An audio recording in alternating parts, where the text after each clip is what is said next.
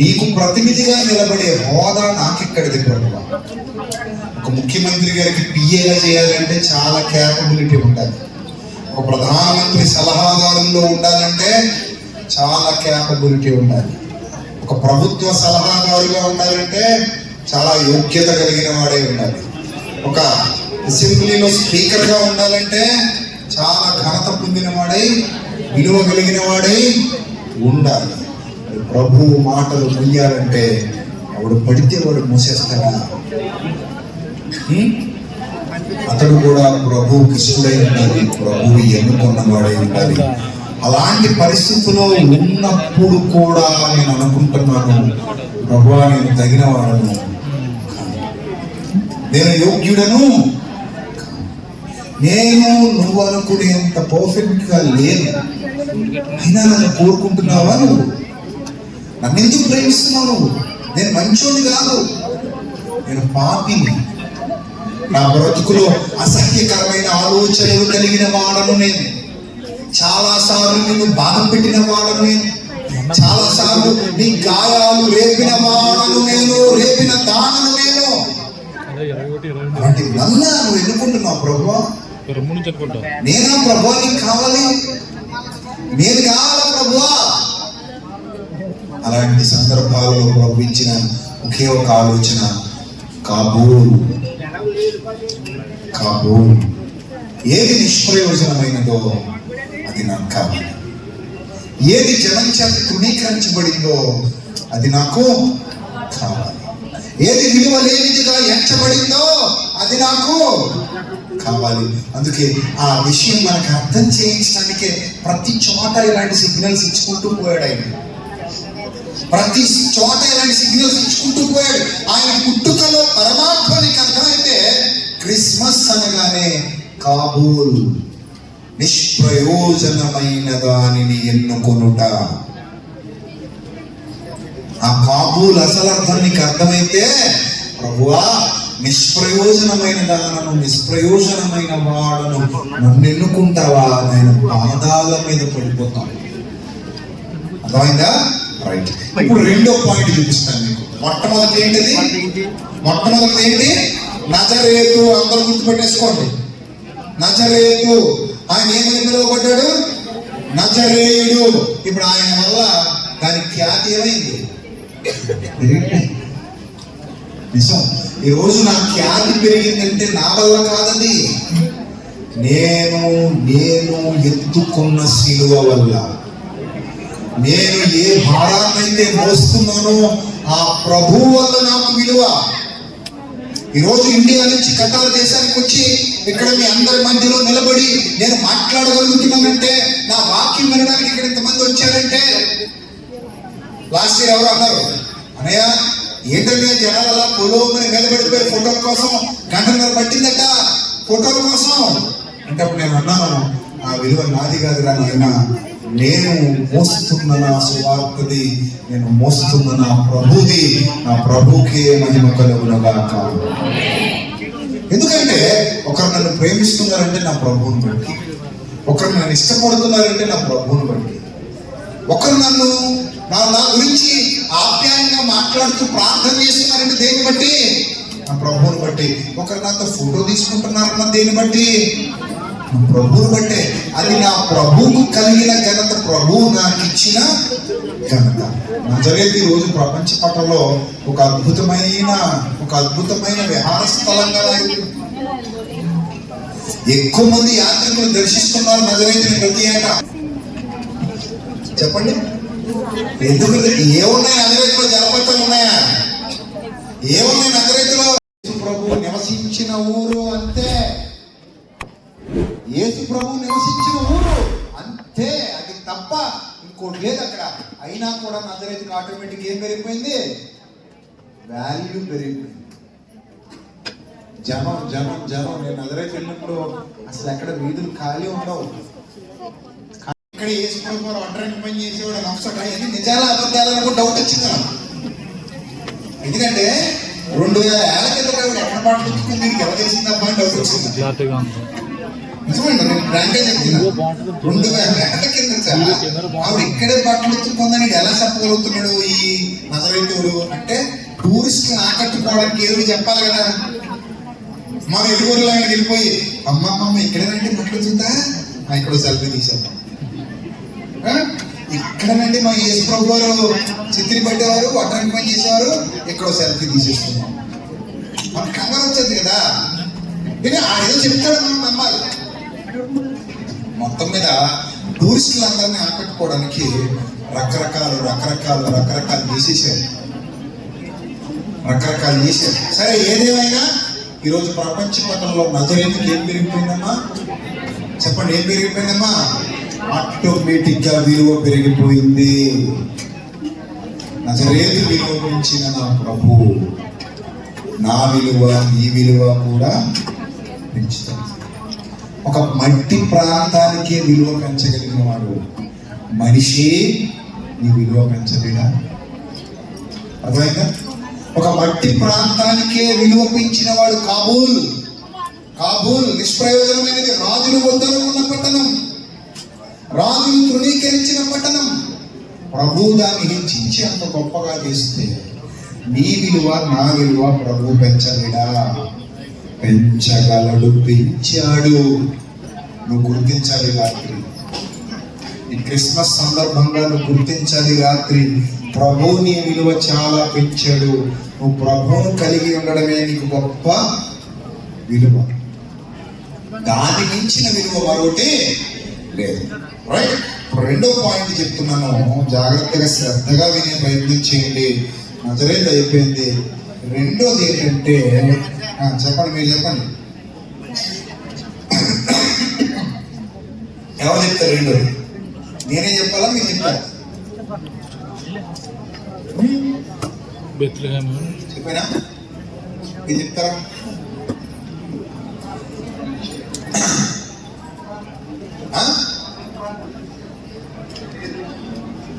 రెండోది ఏంటో చెప్పండి.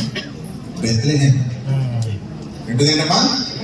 బెత్లెహేమ్ కూడా ఇలాంటి చరిత్ర ఉందా అంటే, బెత్లెహేమ్ గురించి ఒక మాట ప్రవక్త చెప్తున్నాడు చూడండి. మీకా గ్రంథం 5వ అధ్యాయము, మీకా గ్రంథం 5వ అధ్యాయము 2వ వచనం చదువుదాం. మీకా గ్రంథము 5వ అధ్యాయము 2వ వచనం చదవమ్మా.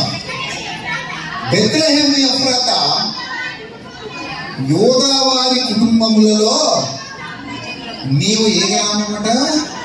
స్వల్పం. ఏ గ్రామం నువ్వు? స్వల్ప గ్రామం.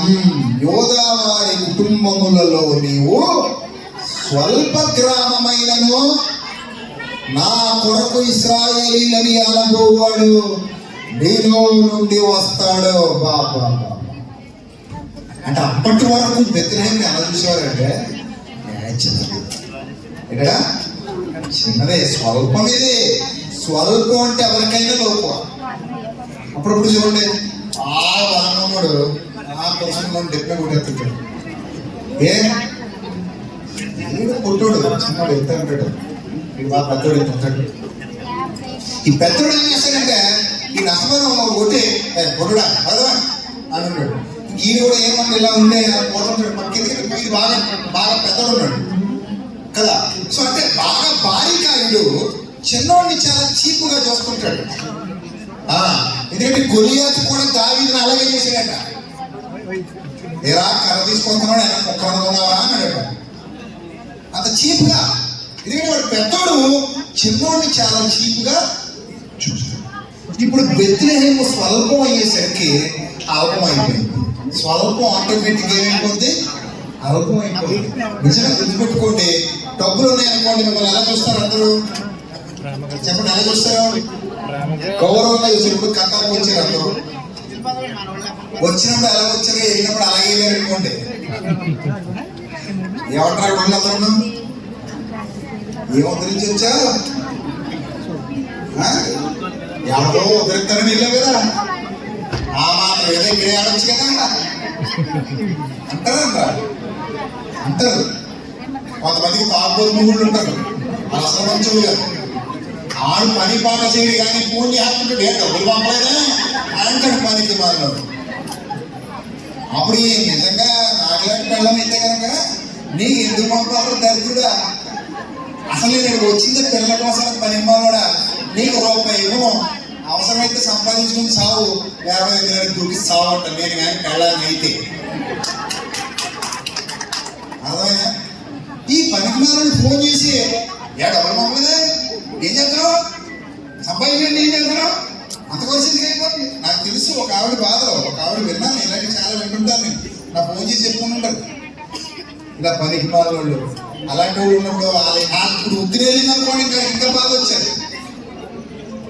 ఏ పని చేయడు కదా, అత్యవసరం పోతు నీవుడి మీద బతికేసి రాను. అలాగే కొంతమంది ఆడవాళ్ళు కూడా ఉంటాడు, భర్త వెళ్ళాడు, ఎన్ని బాటలు పడుతున్నాడు, ఎన్ని శ్రమలు పడుతున్నాడు, ఎన్ని ఇబ్బందులు పడుతున్నాడు, ఎన్ని కష్టాలు పడుతున్నాడు అనవసరం. బాబు ఇదిగో వచ్చేటప్పుడు కర్తాగా మేము బాగుంటుందా, ఓ అడ్డం పట్టుకొచ్చాయి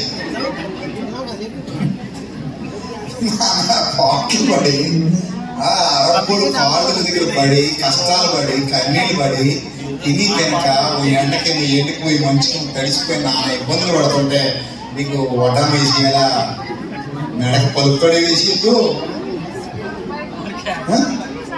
కొంతమందికి మన కష్టాలు అర్థం కావండి. డబ్బులు వచ్చేయాలి, డబ్బులు డబ్బులు డబ్బులు డబ్బులు ఉంటేనే మనిషికి ఏంటట విలువ, డబ్బు లేకపోతే ఏం లేదట. ఎంత దారుణం అండి, డబ్బు లేదు అనేసి చీపుగా చూస్తారండి ఆ మనిషిని. పెళ్ళిళ్ళు కూడా పిలవరు, లేనివాళ్ళు అంటే పెళ్ళిళ్ళు కూడా పిలవరు మన బంధువులు. ఎందుకని పిలిస్తే భోజనం వేస్తూ తినేసిపోతారు తప్ప రూపాయి కూడా చదివిపోయాడు. ఇలా చదివించలేడు మనల్ని పిలవడం అని చెప్పి పిలవడం కూడా మానేసేటువంటి దౌర్భాగ్యం ఉన్నారన్నమాట. విలువ లేనివాడు అంటే ఎప్పటికీ చిన్నతనమే. స్థాయి తగ్గిందన్నా, సామర్థ్యం తగ్గిందన్నా, డబ్బులు తగ్గాయన్నా, ఆస్తులు తగ్గాయన్నా, మతస్థులు తగ్గాయన్నా, అందం తగ్గిందన్నా కొంతమంది ఏంటో మరీ దారుణంగా చూస్తారు, మరీ చీపుగా చూస్తారు, మరీ భయంకరంగా చూస్తారు. అలాగా బెత్లెహేము ఏం చేసి పడేసాడు చివరికి? బెత్లెహేము ఏం చేసి పడేసాడు చివరికి? అల్పం స్వల్పం, అల్పం.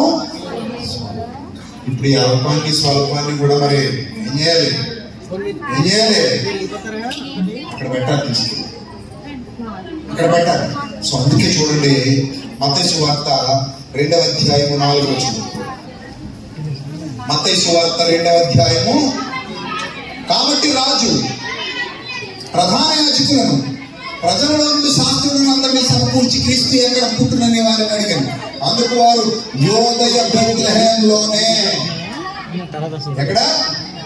యోదయ బెత్లెహేములోనే. యాదయనగా యోధా దేశము బెత్లెహేమా, నీవు యోధా ప్రధానులలో ఇక మీదట ఎంత మాత్రము అల్పమైన దానవు కావు. ఇశ్రాయేలును నా ప్రజలను పరిపాలించు అధిపతి నీలో నుండి వస్తాడు. బాబా ఒక్కసారిగా బెత్లెహేము లెగుమంటుంది.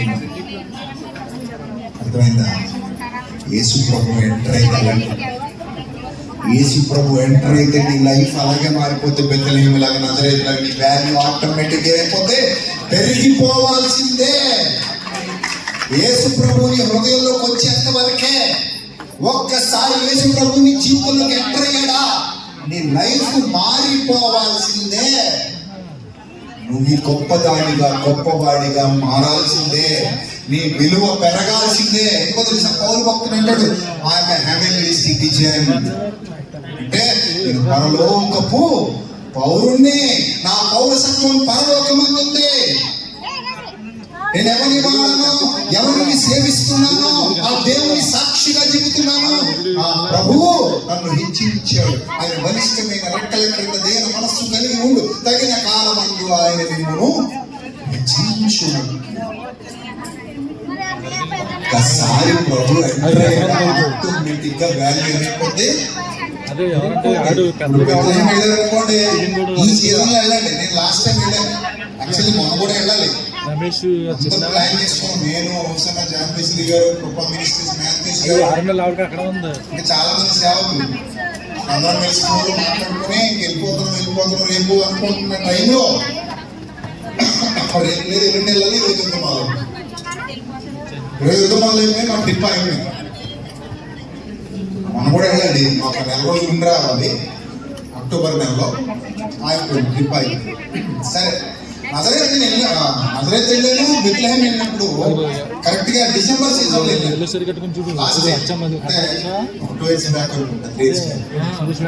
వెళ్ళినప్పుడు మొత్తం మీరు చూడండి, బెత్లెహేం మొత్తం లైటింగ్ పెట్టేస్తారు.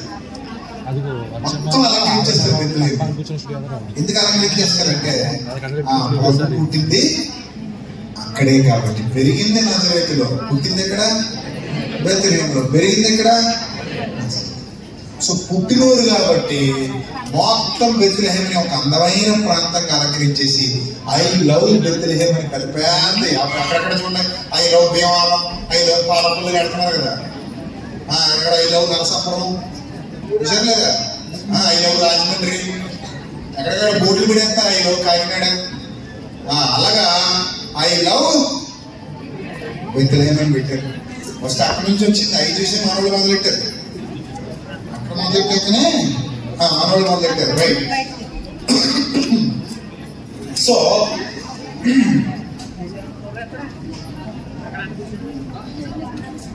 బెత్లెహేం మొత్తాన్ని ఎందుకు అలంకరించేస్తున్నారంటే యేసుక్రీస్తు ప్రభు అక్కడ పుట్టాడు కాబట్టి. ఇప్పుడు యేసు ప్రభు పుట్టి 2000 ఏళ్ళు అయిపోతుంది. 2000 ఏళ్ళు అయిపోతున్నా కూడా బెత్లెహేం వాల్యూ ఏమి తగ్గలా? తగ్గిందా? ఏమి తగ్గలా కదా. సో ఒకవేళ 2050లోనో 2060లోనో ఇక్కడ క్రిస్మస్ జరుగుతుంది అనుకోండి. అప్పుడు మీ పిల్లలందరూ ఖత్తర్లో ఉన్నారనుకోండి. మీరు కదా మీ పిల్లలు వాళ్ళు పనికి రాకుండా ఏ ఇంజనీర్లో గొప్ప గొప్పవాడు అయిపోయిగానే వచ్చారనుకోండి ఇక్కడికి. ఏం చెప్పలేం కదా ఎలా ఉంటుందో భవిష్యత్తు. మీ పిల్లల భవిష్యత్తు ఎలా ఉంటుందో ఎలా తెలుసు? యోసేపులా గొప్పవాడు అయిపోయింది. ఒకవేళ అలాగ అయిపోయారు అనుకోండి. అప్పుడు ఇక్కడ నాగడి స్పీకర్ నిలబడి వాకింగ్ చెప్తున్నాడు అనుకోండి. బెత్లెహేం పేరు మారిపోద్దా? చెప్పండి, మారిపోద్దా? కొన్ని వందల వేల సంవత్సరాలు గడిచిన ప్రభు ఒక్కసారి ఘనపరిస్తే ఆ ఘనత శాశ్వతం. ప్రభు ఒక్కసారి ఆశీర్వదిస్తే ఆ ఆశీర్వాదం శాశ్వతం. ప్రభు ఒక్కసారి దీవిస్తే అది శాశ్వతం. మరలా మీ అందరికీ అర్థమయ్యే భాషలో చెప్తున్నాను. ప్రభు ఒక్కసారి నీకు ఇచ్చేస్తే మళ్ళీ తిరిగి నీ దగ్గర నుంచి తీసుకోవడం నిలబెట్టుకోవాలంటే దాన్ని నిలబెట్టుకోగలిగే మనసు నీకుంటే ప్రభు ఒకసారి నీకు ఇచ్చేస్తే మరలా నీ వద్ద నుండి దాన్ని తిరిగి తీసుకోవడం జరగదు.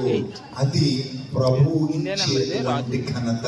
ఇప్పుడు ఆటోమేటిక్ గా బెత్లెహేం ఘనత ఏమైపోయిందమ్మా?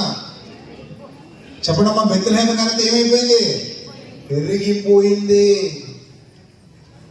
బెత్లెహేం ఘనత ఏమైంది? పెరిగిపోయింది. వాటి దాని విలువ పెరిగిపోయింది. విలువ పెరిగిపోయింది. ఇక ఫైనల్ గా మరొక విషయం చెప్తాను. ఇంకొక విలువ ఏం పెరిగిందో మరొక విషయం నేను చెప్తానమ్మా. జాగ్రత్తగా వినండి. లూకాసు వార్త 2వ అధ్యాయం. లూకాసు వార్త జాగ్రత్తగా చూడాలి. నజరేత్ అయిపోయింది, బెత్లెహేం అయిపోయింది. మూడో పాయింట్, ముచ్చటగా మూడో పాయింట్ చెప్తున్నాను. లూకాసు వార్త 2వ అధ్యాయము 8వ వచనం చదువుకుందాం. లూకాసు వార్త 2వ అధ్యాయము 8వ వచనం. ఆ దేశంలో కొందరు గొర్రెల కాపరులు. ఏమంటే ఆ దేశంలో మేధావులు లేరా? చెప్పండి, లేరా? ఉన్నారు. ఆ దేశంలో ధనవంతులు లేరా? చెప్పండి, ఉన్నారు. ఆ దేశంలో వ్యాపారస్తులు లేరా? ఉన్నారు. ఆ దేశంలో రాజులు లేరా? రాజులు ఉన్నారు. మంత్రులు ఉన్నారు. శతాధిపతులు ఉన్నారు. ప్రధాన యాజకులు ఉన్నారు. యాజకులు ఉన్నారు. అంటే చాలా మంది గొప్ప గొప్పోళ్ళు ఉన్నారు. ఏమా, ఇంతమంది గొప్పోళ్ళు ఆ దేశంలో ఉంటేనట యేసు ప్రభు పుట్టాడన్న వార్త మొట్టమొదట దేవదూతలు ప్రత్యక్షమయ్యి ఎవరికి చెప్తున్నారట? అదేంటట? ఇది గొర్రెల కాపర్ల గురించి మీకు ఒక విషయం చెప్పనా? ఆది కాండం 46వ అధ్యాయం 33వ వచనం ఒకసారి చదవండమ్మా. ఆది కాండం 46వ అధ్యాయం 33వ వచనం ఒకసారి చదవాలి. గొర్రెల కాపరి అయిన ప్రతివాడు ఐగుప్తీయులకు ఏంటట?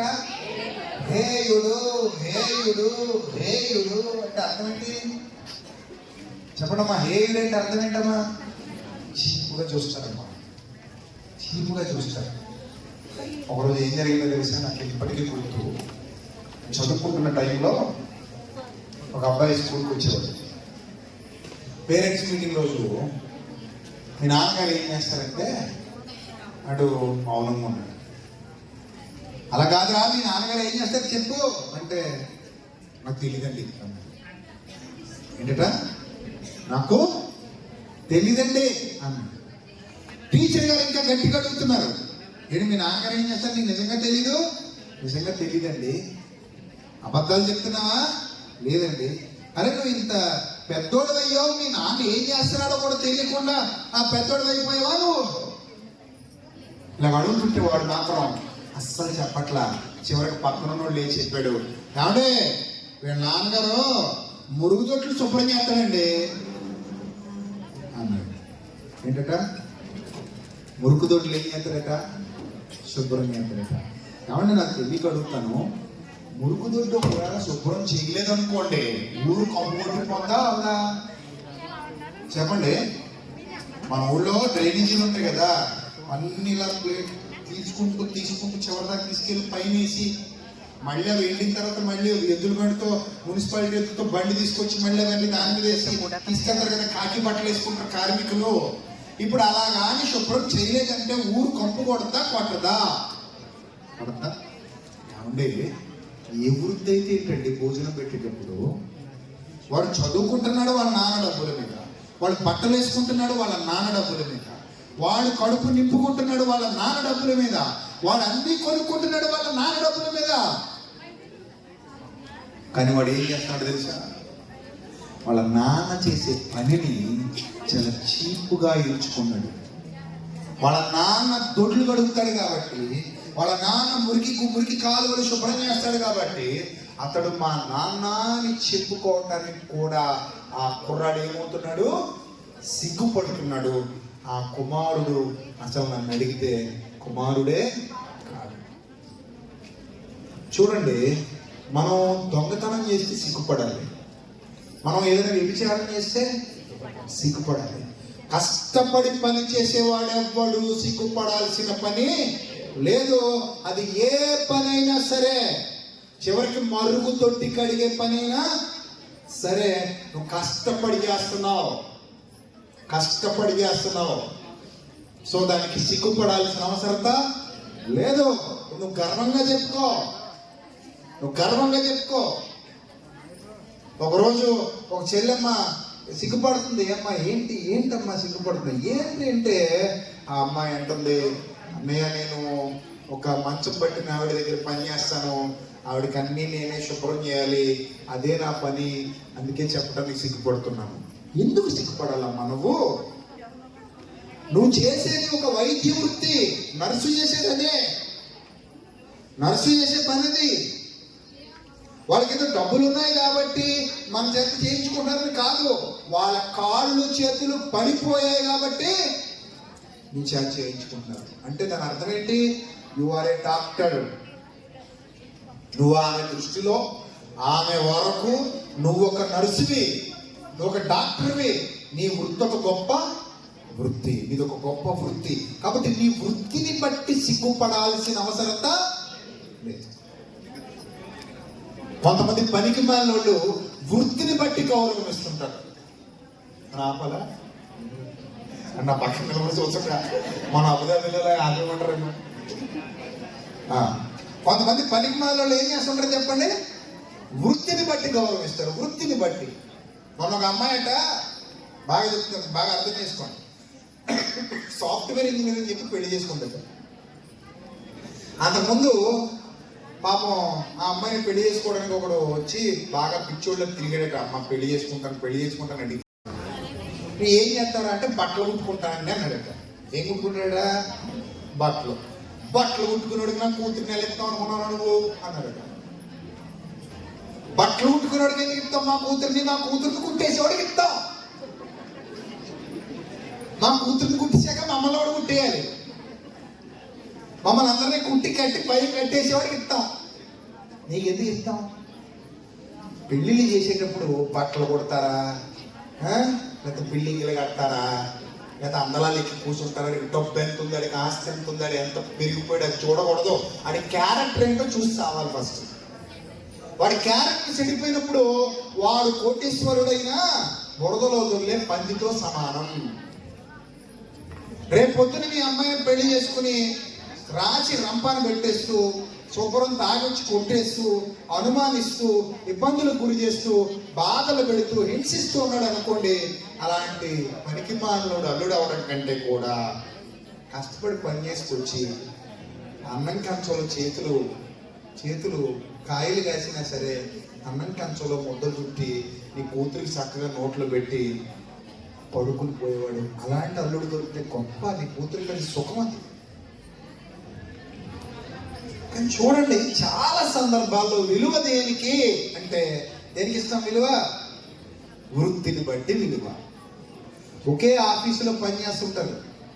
ఆఫీసర్ గారికి ఏమో ఆఫీసర్ గారు అంటారు, ప్యూన్ ఏమో ఒరే ప్యూను ఎలా రారా అంటారు. అంటే అదే ఆఫీసులో పనిచేస్తున్నప్పుడు ఆఫీసర్ ఎంతో ప్యూన్ కూడా అంతే. ఆఫీసర్ ఎంతో అటెండర్ కూడా అంతే. అక్కడ ఆఫీసర్ ఎంత ముఖ్యమో అటెండర్ కూడా అంతే. ఇది అర్థం అవ్వాలి. ఇది అర్థం అవ్వట్లేదు చాలా మందికి. ఇది అర్థం కాక ఆ వృత్తిని బట్టి విలువ. ఇప్పుడు గొర్రెల కాపరులట ఐగుప్తీయులకు ఎలా ఉన్నారట చెప్పండి? ఎలా ఉన్నారమ్మా? చీప్. ఎవరు? చీఫా చీపా? Cheap, not chief. హేయులు, విలువలేనోళ్ళు.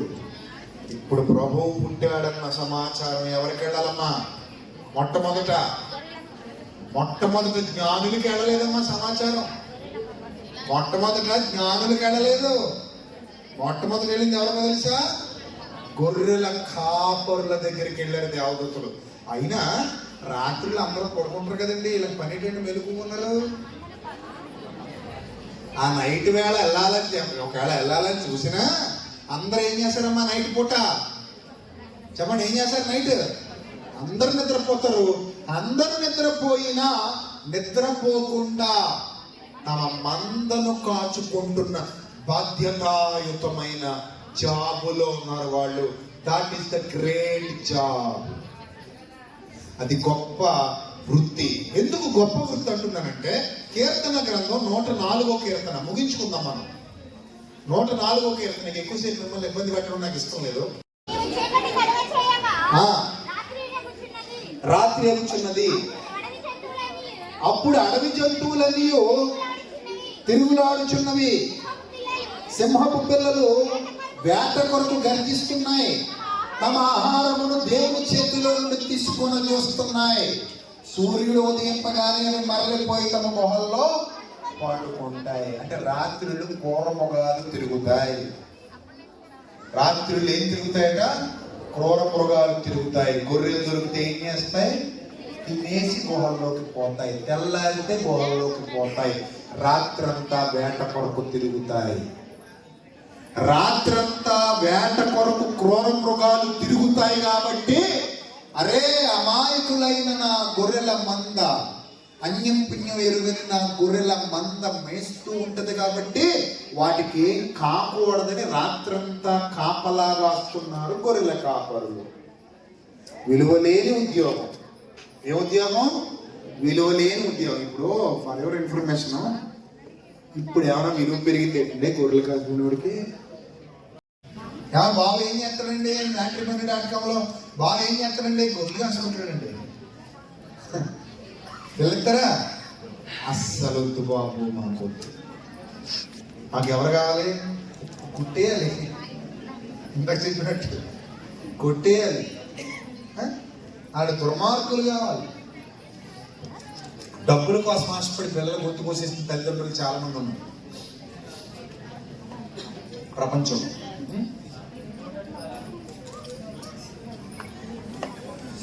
సో గొర్రెల కాపరులు అంటేనే విలువ లేని వాళ్ళు సమాజం దృష్టిలో. కానీ ప్రభువు పుట్టాడన్న వార్త మొట్టమొదట ఎవరికి వెళ్ళిందంటే, ఎవరైతే విలువ లేని వారుగా హేయులుగా పిలువబడుతున్నారో ఆ హేయులుగా పిలువబడుతున్న వారికి, విలువ లేని వారుగా పిలువబడుతున్న వారికి ప్రభువు పుట్టాడన్న వార్త మొట్టమొదట చేరింది. ఆ గొర్రెల కాపరులు ప్రభువును గురించి తెలుసుకున్నారు. ఎందుకు వాళ్ళకే తెలిసిందంటే ఇంకొక ప్రశ్న, ఆ ప్రశ్నకు మరో సమాధానం, యేసుక్రీస్తు కూడా గొర్రెలకు మంచి కాపరి. అర్థమైందా? యేసుక్రీస్తు కూడా నశించిన గొర్రెలను వెతకడానికి వచ్చాడు. ఏనా టైం అయిపోయిందా? నువ్వు చెప్తున్నావు, ఆయన చెప్పాలి కదా. ఆయన చెప్పలేక నీకు చెప్పమన్నాడా? ఊళ్ళో ఎవరో చెప్పారు మంచి కాపరి. మనందరినీ కూడా యేసు ప్రభు కాపాడటానికి వచ్చినటువంటి కాపరి, మన కొరకు ప్రాణం పెట్టిన కాపరి, సాతాననే క్రూర మృగం బారిన పడకుండా నిన్ను నన్ను కాపాడిన కాపరి. అర్థమైందా? సో ఇప్పుడు మనం 3 విషయాలు మాట్లాడుకున్నాం. ఒకటి నజరేతు, దాని విలువ పెరిగింది. కాబూల్ కాస్త ఏమైంది?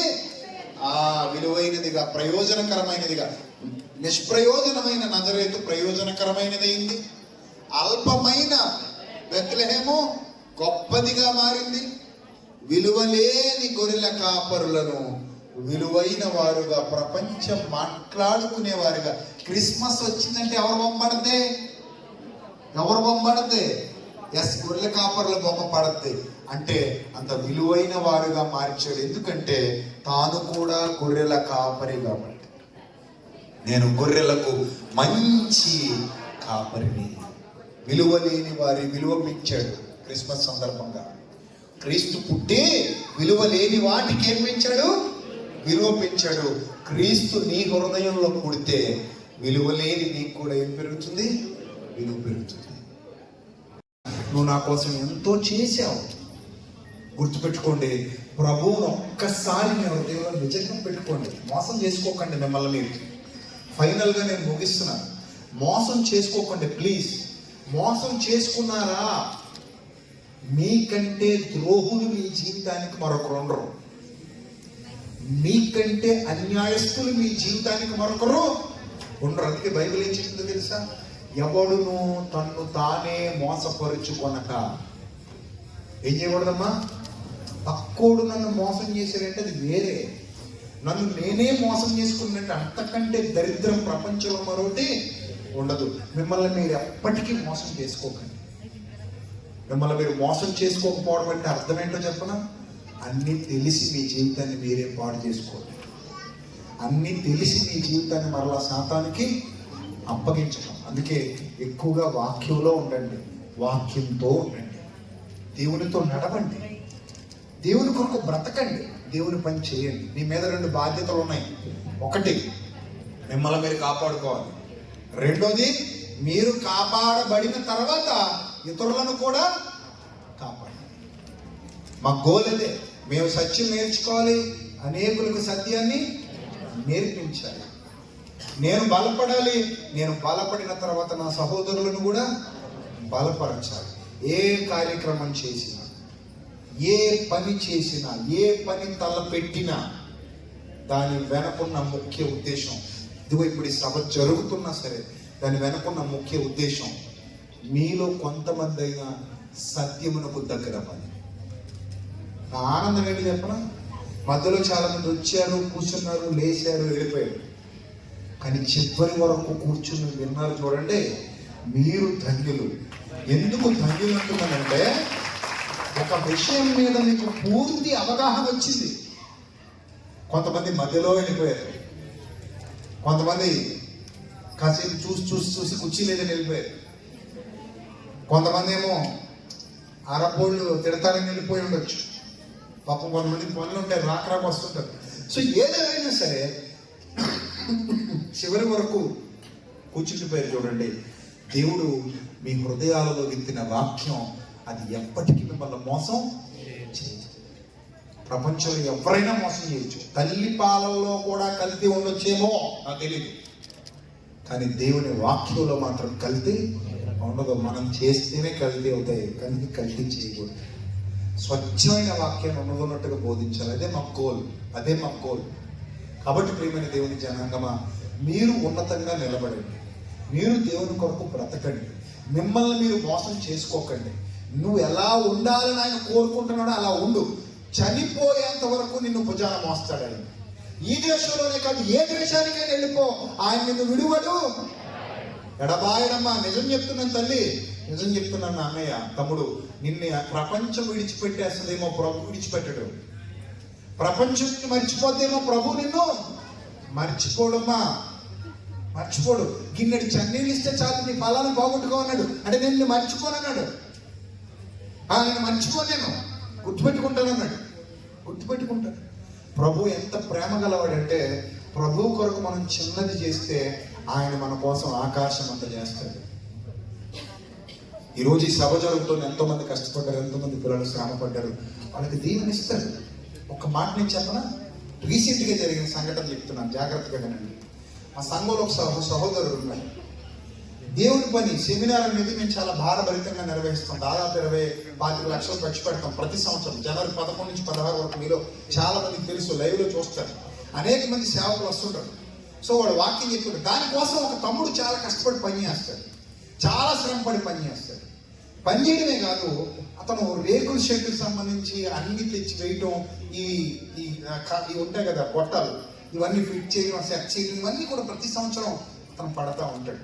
మొన్న ఏం జరిగిందంటే, పొంగు చూపింది అతనికి. పొంగు చూపితే మీ అందరికీ తెలుసు కదా, గాలికొండలో వేరు, పొంగు వేరు అనమాట. సరే, పొంగు చూపింది. పొంగు వస్తే ఏమంటారు దాన్ని, మన చికెన్ పాక్స్ కాదు, ఇంకోటి ఏదో ఉంటుంది, అసలు చికెన్ పాక్స్ ఉంటుంది నాకు తెలుసు. సరే, ఏదో జరిగింది. ఒంటి మీద పొక్కులు చెప్తాయి కదా, అది ఎవరు అన్నారట, మందులు వాడకూడదు అన్నారట. అబ్బాయి మందులు వాడకూడదు, అది దెయ్యం పట్టింది, అమ్మోరు వచ్చింది నీ మీదకి, మందులు వాడకూడదు, యాప్రోట్ ఎట్టు కొట్టుకోవాలన్నారు. యాప్రోట్ ఎట్టు కొట్టుకుంటే ఎక్కువైపోతారు దరిద్రుడా, నువ్వు అలాంటి పిచ్చుకొని చేయకు, మీ నాన్నకి బుద్ధి లేదా, నాకు ఫోన్ చేయమను, క్రైస్తవుడైన తర్వాత ఇలాంటి ఆలోచన ఏంటి నీకు చెప్పడం అని నేను తిడితే అని అన్నాడు. అన్నయ్య నేను నమ్మట్లేదు అన్నయ్య, నువ్వేం చెప్తా చేద్దామని నీకు ఫోన్ చేశాను, మా నాన్న బుద్ధి లేకుండా చెప్తున్నాడు అన్నయ్య నాకు అన్నాడు. అప్పుడు నేను మందులు వాడు, నాకు తెలిసిన డాక్టర్ గారు చెప్తాను, ఫోన్ చేస్తాను, మందులు వాడేశారు. వాళ్ళ ఆవిడ సరిగా బిలీవ్ చేయట్లా దేవుడిని, కానీ ఈ అబ్బాయి చేస్తున్నాడు, 2 పిల్లలు. ఏం జరిగిందంటే, ఇది ఆమెకు కూడా అంటుకుంటే ఎవరో అన్నారట, ఇదిగో నువ్వు మందులు కానీ వాడేవంటే ఆవిడ కోపం వద్దట. ఎవరావిడ? నాకు ఎవరావిడ, నువ్వు చెప్పు నాకు ఎవరావిడ, ఎవరో ఉందట, ఆవిడ కోపం వద్దట అని. అంటే ఇప్పుడు ఆవిడ మీదకి వచ్చేసిందట, అందుకని పొక్కులు వచ్చినాయట. ఆ పొక్కులు అలాగే ఉంచుకోవాలట, యాపరొట్టు రాసుకుని, పసుపు రాసుకుని నీళ్ళు తాగుతామట. సిగ్గుమాలిన మాటలు, బుద్ధి లేని మాటలు, క్రైస్తవుడైనా అబ్బే. మొత్తం మీద ఈ అమ్మాయి ఏం చేసిందంటే, మందులు తెప్పించుకుని అలా ఆయన తీస్తే వేసుకుంటున్నట్టుగా నటించి కింద పడేసింది. మొత్తమే మందులు వేసుకోలేదు. ఆ అమ్మాయికి షుగర్ కూడా ఉంది, ఎక్కువైపోయింది, బీపీ రేజ్ అయిపోయింది, షుగర్ పెరిగిపోయింది, హార్ట్ బీట్ బాగా పెరిగిపోయింది, అంతే మొహం పాలిపోయింది. ఐసీయూలో పెట్టేశారు. అప్పుడు నన్ను ఫోన్ చేయమంటే డాక్టర్ గారికి, నాకు తెలుసు డాక్టర్ గారు ఫోన్ చేశాను అన్నారు. సార్ మేము చెప్పలేమంటే ప్రసాద్ రెడ్డి గారు, చచ్చిపోతే చచ్చిపోవచ్చు, 90% బతకడండి అన్నాడు. ఎంతట? 90%.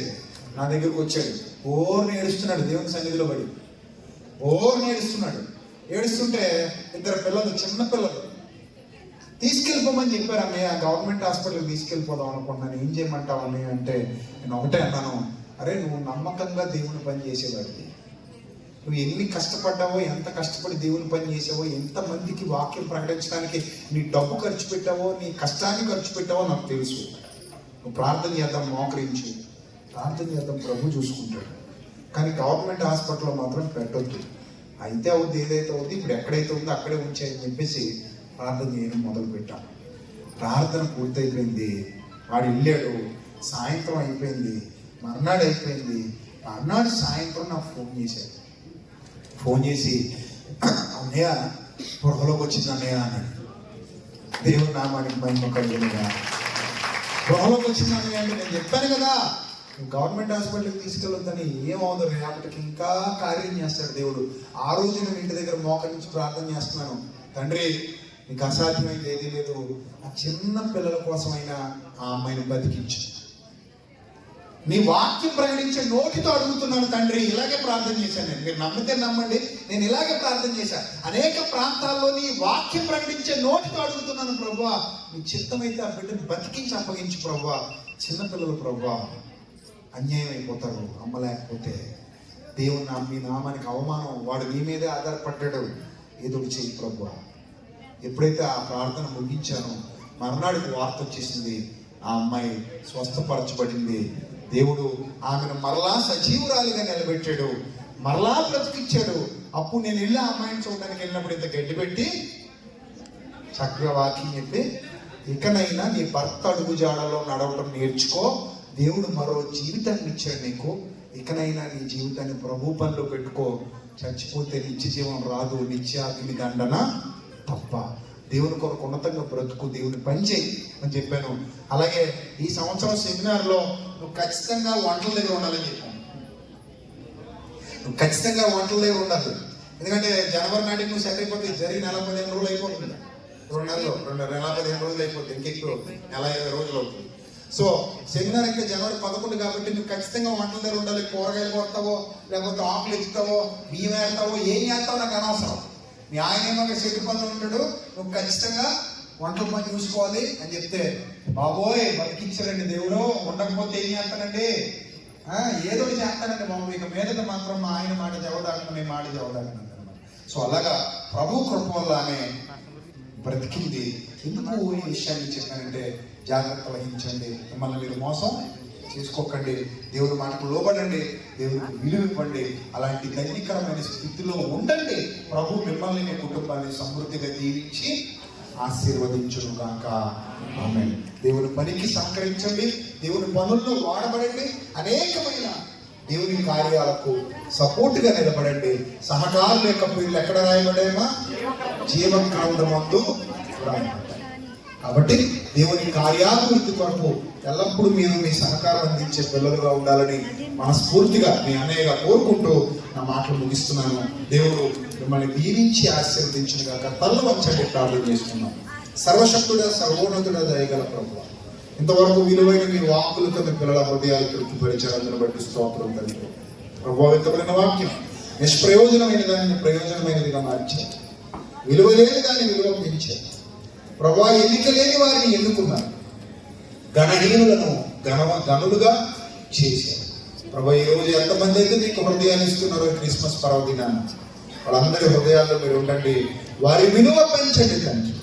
వారి శరీరంలో ఉన్న ప్రతి వ్యాధిని స్వస్థపరచండి ప్రభా. వారికి ఉన్న మానసిక అనారోగ్యాన్ని తీసుకెళ్ళి ఆత్మీయంగా బలపరచండి, పరసంబంధమైన దీవెనలతో నింపండి.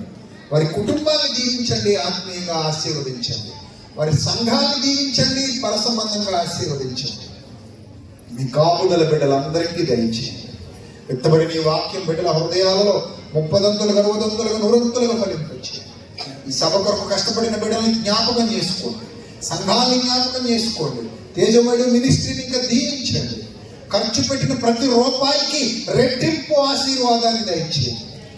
ఎంతమంది పిల్లలైతే కానుకలు ఇచ్చారో ప్రభు, వాళ్ళందరినీ దీవించండి. వారి చేతులను ఇంకా బలపరచండి, అనేక కార్యాలు చేయడానికి మీ పిల్లల సహకారులను లేవనెత్తండి తండ్రి. వారి ద్వారా మీరు గొప్ప కార్యాలు చేయించుకోండి తండ్రి. దయగల ప్రభు, సహకారుల యొక్క పేర్లు జీవగ్రంథమందు వ్రాయబడి ఉన్నాయని ప్రభా మీరు తెలియజేశారు. ప్రభా మీ పిల్లల యొక్క గొప్ప కార్యాలు చేయడానికి ప్రభా వారికి మనసు ఇవ్వండి, శక్తినివ్వండి, బలాన్ని ఇవ్వండి. వారు చేస్తున్న ఉద్యోగాల్లో, వారు చేస్తున్న పని పాటల్లో మీరు తోడుగా ఉండండి. ఇక్కడున్న సంఘాన్ని, సంఘ కాపురుల్ని దీవించండి. ఆ కాపుదలని బిడ్డలకు ప్రసాదించడం ఘనత, మహిమ, ప్రభావాలు నీకే చెల్లిస్తూ యేసుక్రీస్తు జవాబు పొందుకొనిచున్నాం మా కన్న తండ్రి. ఆమేన్. అందరికీ వందనాలు. మే లార్డ్ బ్లెస్ యు ఆల్. దేవుడు మిమ్మల్ని, మీ కుటుంబాన్ని దీవించి ఆశీర్వదించును గాక. ఆమేన్. అందరికీ వందనాలు. God bless you all. Thank you.